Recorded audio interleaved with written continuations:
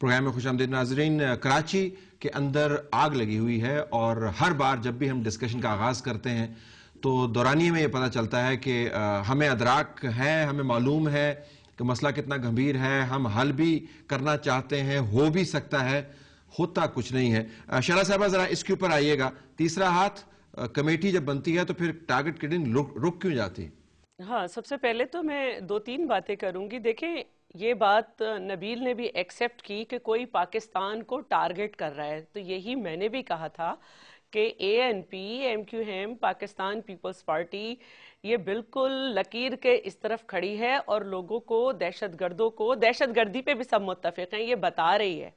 ٹھیک ہے, جب آپ کہہ رہے ہیں کہ کوئی پاکستان کو ٹارگٹ کر رہا ہے کراچی کے اس سے, تو سب سے آسان طریقہ یہ ہے کہ ان تینوں کو لڑایا جائے اور ایسا کرنے میں کامیابی بھی ہو جاتی ہے. اب دوسری بات یہ ہے کہ جو قبضہ مافیا ہے تو یہ تو کسی مخصوص جگہ پہ ہے نا, جہاں پہ زمینوں پہ قبضہ کیا جا سکتا ہے. یہ کسی مخصوص جگہ پہ ہوتا ہے, پورے شہر میں نہیں ہوتا. گلشن میں قبضہ کرنے کی کوئی جگہ نہیں ہے. تو یہ بات یہ ہے کہ کسی جگہ پہ انہیں کس طرح سے کام لینا ہے, یہ ایک الگ بات ہے. دیکھیے, آپ یہ لوگوں کو یہ بتا رہے ہیں, ابھی ہم نے پچھلی دفعہ یہ بات کی تھی کسی پروگرام میں کہ ایک بہت بڑی رابری ہوئی بینک میں, اور جب اس کے ملزم پکڑے گئے تو انہوں نے کہا کہ ہم نے وہ پیسہ وزیرستان ٹرانسفر کر دیا.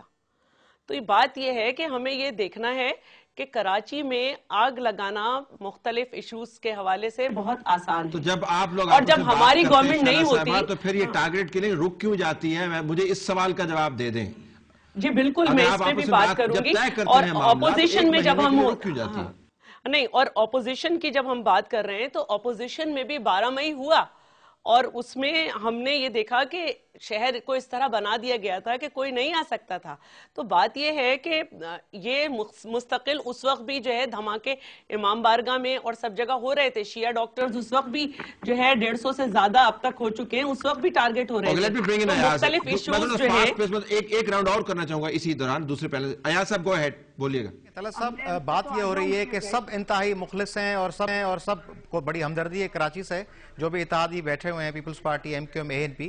پھر رکاوٹ کیا ہے, پرابلم کیا ہے؟ یعنی اکراس دی بورڈ آپریشن میں اگر رینجرز بھی ولنگ ہے, پولیس بھی ولنگ ہے اور تینوں اتحادی پارٹیز بھی ہیں, روک کون رہا ہے؟ کراچی میں 1 یا 2 دن کے لیے مخصوص علاقوں میں کرفیو لگا کر اس آپریشن میں رکاوٹ کون ہے؟ جب provincial command Peoples Party, MQM اور ANP کے پاس ہے اور شاہی سید اعظم ریکارڈ کہ ٹھیک ہے ہونی چاہیے operation across the board, Peoples Party بھی کہتی ہے, MQM بھی کہہ رہی ہے, فیصل سبزواری کہہ رہے ہیں, وسیم صاحب کہہ رہے ہیں, تو پھر آپریشن کیوں نہیں ہو رہا؟ اچھا, دوسری بات جب آپ پوچھ رہے ہیں کہ ریسپانسیبل کون ہے, میں شعلہ صاحب میں عرض کر لوں, جب آپریشن کرنے میں رکاوٹ جو پارٹیز ہیں ان کو آپ ایکسپوز کیوں نہیں کر رہے؟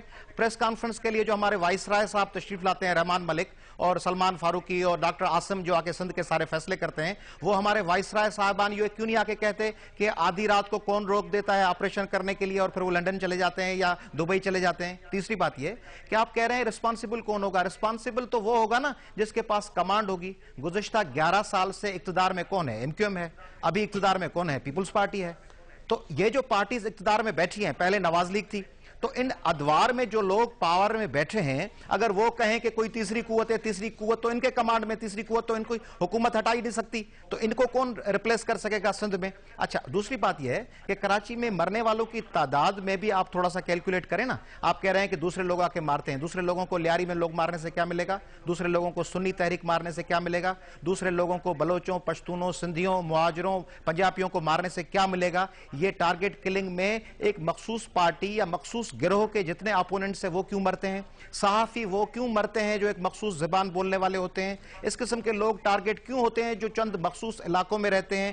بسیں ان کے کیوں جلتی ہیں جو ایک مخصوص زبان بولنے والے ہوتے ہیں؟ پلاٹوں پہ ان کے قبضہ کیوں ہوتا ہے؟ Let me ask you this. آپ نے کیوں اتنی مرتبہ کہا لیٹ می آسک یو کیوں ہوتے ہیں؟ اس لیے ہوتے ہیں کہ کچھ مخصوص پارٹیز جو کراچی کو اپنا ایک اقتدار کا مرکز سمجھتی ہیں, وہ سمجھتی ہیں کہ وائلنس کے ذریعے ہم ANP کو یا پیپلز پارٹی کو یا فلاں نیشنلسٹ پارٹی کو یا بلوچوں کو یہاں کے اقتدار سے ہٹا دیں گے اور پھر ہم منمانی کریں گے, اس کے بنیاد پہ ہم نیگوشیٹ کریں گے ویسٹرن طاقتوں کے ساتھ, اور یہ ہمارا ایک سینٹرل فوکل پوائنٹ بنے گا جو انتہائی معذرت کے ساتھ کبھی نہیں بن سکے گا. 63 ایئرز میں نہیں بن سکا. یہ علاقہ دیکھیں, سندھیوں کی روٹس یہاں کلیئر اینڈ ڈیپ روٹڈ ہیں ہزاروں سالوں سے. عارضی طور پر تو فلوجہ پہ بھی قبضہ ہو جاتا ہے, عارضی طور تو مہاراشٹرا پہ بھی قبضہ ہو جاتا ہے، مگر ہزاروں سالوں کی تاریخوں میں قرضے 5-6 دہائیوں کی بات نہیں ہوتی ہے. ایک بڑی لمبی جدوجہد کے بعد یہ حالات تبدیل ہو جائیں گے، مگر پیپلز پارٹی معذرت خانہ رویہ تبدیل کرے. اور یہاں کے جو ریپریزنٹیٹیوز ہیں نبیل گبول صاحب یا دوسرے، وہ ایک دن ایک بات کرتے ہیں، دوسرے دن ان کا رویہ انتہائی معذرت خانہ ہو جاتا ہے. اوپر سے ذوالفقار مرزا صاحب کو ہدایات ملتی ہیں، مرزا صاحب ایک دن بیان دیتے ہیں کہ 26 ہم نے پکڑ لیے ہیں، دوسرے دن کہتے ہیں اتحادیوں کی مرضی چلے گی، ان کا حکم چلے گا، اس کے علاوہ کچھ نہیں ہوگا. پیپلز پارٹی کی طرف سے یہ جو رویہ ہے، اس سے ان کی جو ووٹ بینک ہے سندھ میں وہ بھی متاثر ہو رہی ہے. اور کل جو بڑی Now we see it, now we don't. یہ رویہ ہے. Let me take another quick break ہے اور اس کے بعد وسیم بشرا would like to comment on this. 1988 Peoples Party اور ایم کیو ایم کی مخلوط حکومت، 1990 اسلامی جمہوریت اتحاد اور ایم کیو ایم کی مخلوط حکومت، ایم کیو ایم نے بائیکاٹ کیا تھا. 93 کا الیکشن پیپلز پارٹی کی حکومت، 97 پاکستان مسلم لیگ نواز ایم کیو ایم کی مخلوط حکومت، 2002 پاکستان مسلم لیگ کاف اور ایم کیو ایم کی مخلوط حکومت، 2008 پاکستان پیپلز پارٹی اور ایم کیو ایم پلس عوامی نیشنل پارٹی پریکٹیکلی مخلوط حکومت. اگر پبلک کے نمائندگان کو یہ نہیں پتا کہ پاکستان کا سب سے بڑا شہر جو ہے وہ کیوں بلیڈ کر رہا ہے، تو اس سے بڑی جمہوریت کے لیے باعث شرمندگی اور باعث خطرہ بات ہو نہیں سکتی. یہ میں وضاحت کروں گا آفٹر دس بریک.